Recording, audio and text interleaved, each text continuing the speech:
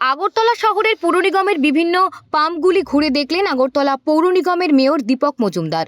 প্রচুর পরিমাণে বৃষ্টি হওয়ার কারণে বিভিন্ন জায়গায় জল জমে রয়েছে, সেই জলগুলো ঠিকমতো সরবরাহ হচ্ছে কিনা তা খতিয়ে দেখলেন মেয়র।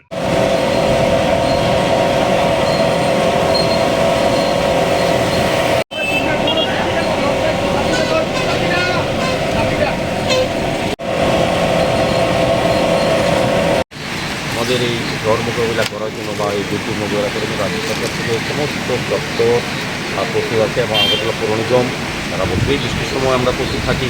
তারপরেও দুর্যোগের জন্য বিশেষভাবে কিছু ব্যবস্থা গ্রহণ করা হয়েছে।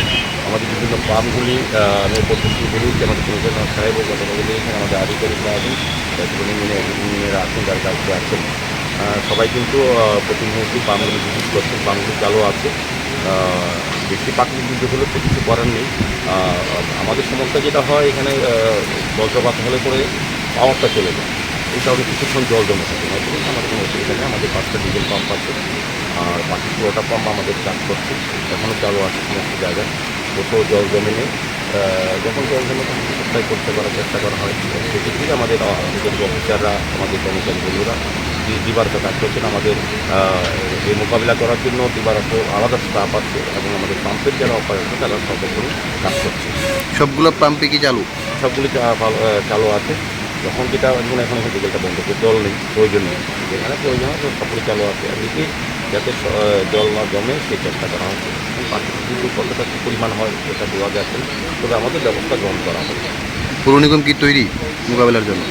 স্বাভাবিক আমাদের কাজটা কী আছে, আমাদের ক্ষেত্রে জলটা যাতে না জমে সেটা পরিষ্কার করা, ক্লিয়ার করা, সেক্ষেত্রে আমাদের পাম্পগুলি চালু রাখা। আমাদের ক্ষেত্রে সব যে বললাম যে এখানে কিছু কিছু আমাদের ডিস্টার্ব হয়, অনেক সময় পাওয়ার চলে গেলে পাম্পগুলি সাময়িক অনেকগুলি পাম্প বন্ধ হয়ে যায়, কিছুক্ষণ পর আবার চালু হয়। সেক্ষেত্রে হয়তো 10-15 মিনিট জল রাখা যায়, এটাকে বেশি আছে। এর মধ্যে আমাদের পাম্পগুলি যথেষ্ট, যে পাম্পগুলি আছে আমাদের শহরে যে জল জমে সাধারণত বৃষ্টিতে, এই জন্য নিরাপদ অবস্থা আমাদের অনেক উন্নত।